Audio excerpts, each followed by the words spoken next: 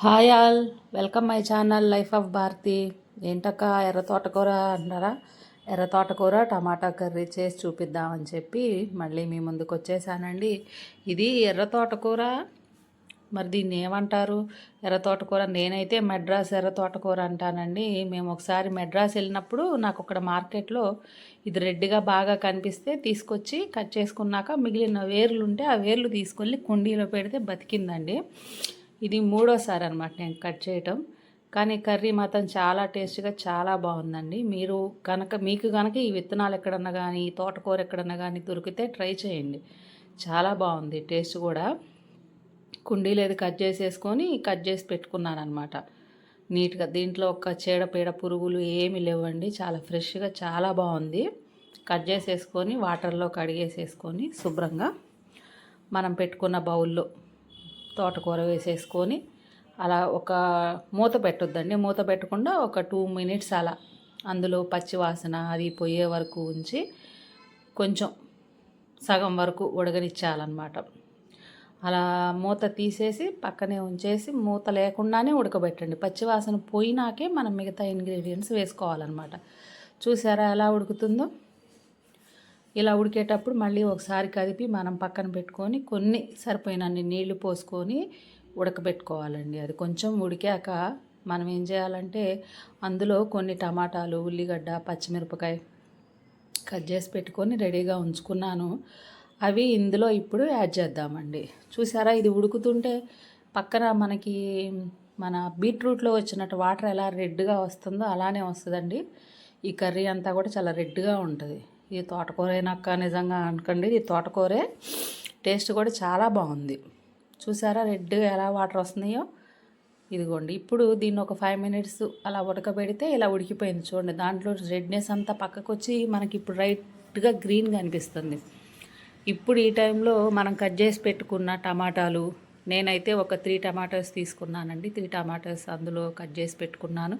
ఒక చిన్న ఉల్లిపాయ అండి. ఉల్లిపాయ ఎక్కువ వాడద్దు. నేను చిన్న ఉల్లిపాయ అందులో కూడా హాఫే కట్ చేసి వేసాను అనమాట.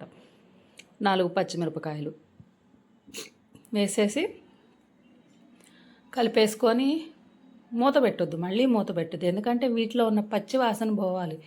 చిన్న చిన్న టిప్సే మనకి టేస్ట్లో చాలా డిఫరెన్స్ వస్తాయి అన్నమాట. ఇవన్నీ వేశాక కొంచెం పసుపు, కొంచెం కల్లుప్పు. నేనైతే సామాన్యంగా పులుసు కర్రీస్ అన్నిట్లో కూడా గల్లుప్పే వాడుకుంటాను. మీరు కూడా కుదిరితే ట్రై చేయండి. పసుపు ఉప్పు వేశాక కలిపేసుకొని మళ్ళీ కొద్దిగా ఒక 5 మినిట్స్ మళ్ళీ మగ్గబెట్టుకోవటమేనండి. మూత లేకుండానే అందులో ఉన్న పచ్చివాసన పోయే వరకు మగ్గబెట్టుకోవాలన్నమాట. కలిపేసుకొని కొంచెం మీడియం ఫ్లేమ్లో పెట్టుకుంటే టమాటాలు, పచ్చిమిర్చి, ఈ పసుపు ఉప్పు వేసాం కదండి, కలిసి బాగా ఉడుకుతాయి అన్నమాట. ఉడికినాక చూడండి ఎట్లా ఉడుకుతున్నాయో. ఈ టైంలో మనం సైడ్గా మూత పక్కకు పెట్టుకొని ఒక 5 మినిట్స్ మగ్గబెట్టుకొని మగ్గాక మనం మళ్ళీ ఇంకొకసారి చూసారా ఎంత మంచిగా మగ్గిపోతున్నాయో.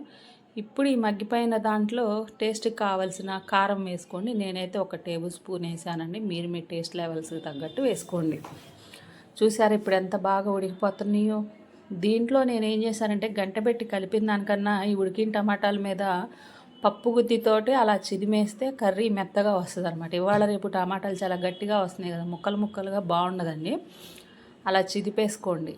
మళ్ళీ స్మాషర్ పెట్టి స్మాష్ చేసి నానా గందరగోళం వద్దు. స్మూత్గా పప్పు గుత్తితోనే ఇలా మెదపండి అనమాట.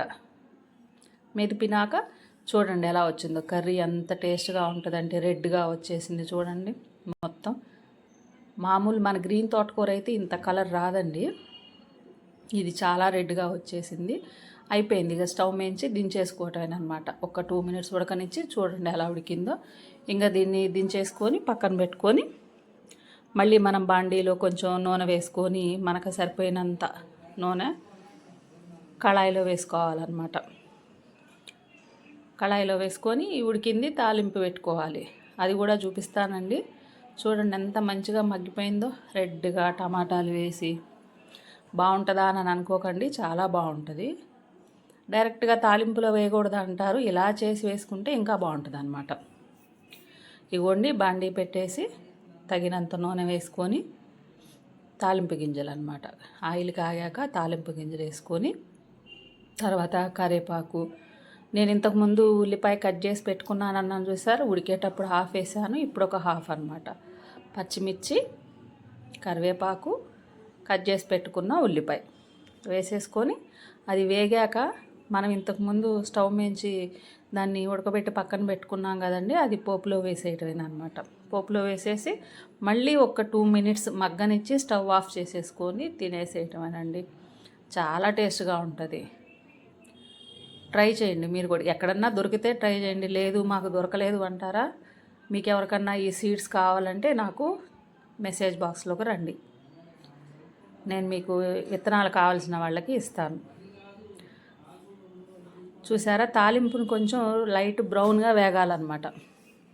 లైట్ బ్రౌన్గా వేగిన దాంట్లో వేసుకుంటే టేస్ట్ బాగుంటుంది. కూర కూడా తొందరగా పాడవదు, ఉల్లిగడ్డ కొంచెం మంచిగా వేగనిస్తే. అంతేనండి, అయిపోయింది. చూసారా కర్రీ ఎంత బాగా రెడీ అయిందో. అంతే, సింపుల్. ఈ వీడియో ఇప్పటివరకు చూస్తే థ్యాంక్స్ అండి. వీడియో కనుక నచ్చినట్టయితే ఒక లైక్ చేయండి, షేర్ చేయండి, సబ్స్క్రైబ్ చేయండి. Thank you all of you. Thank you.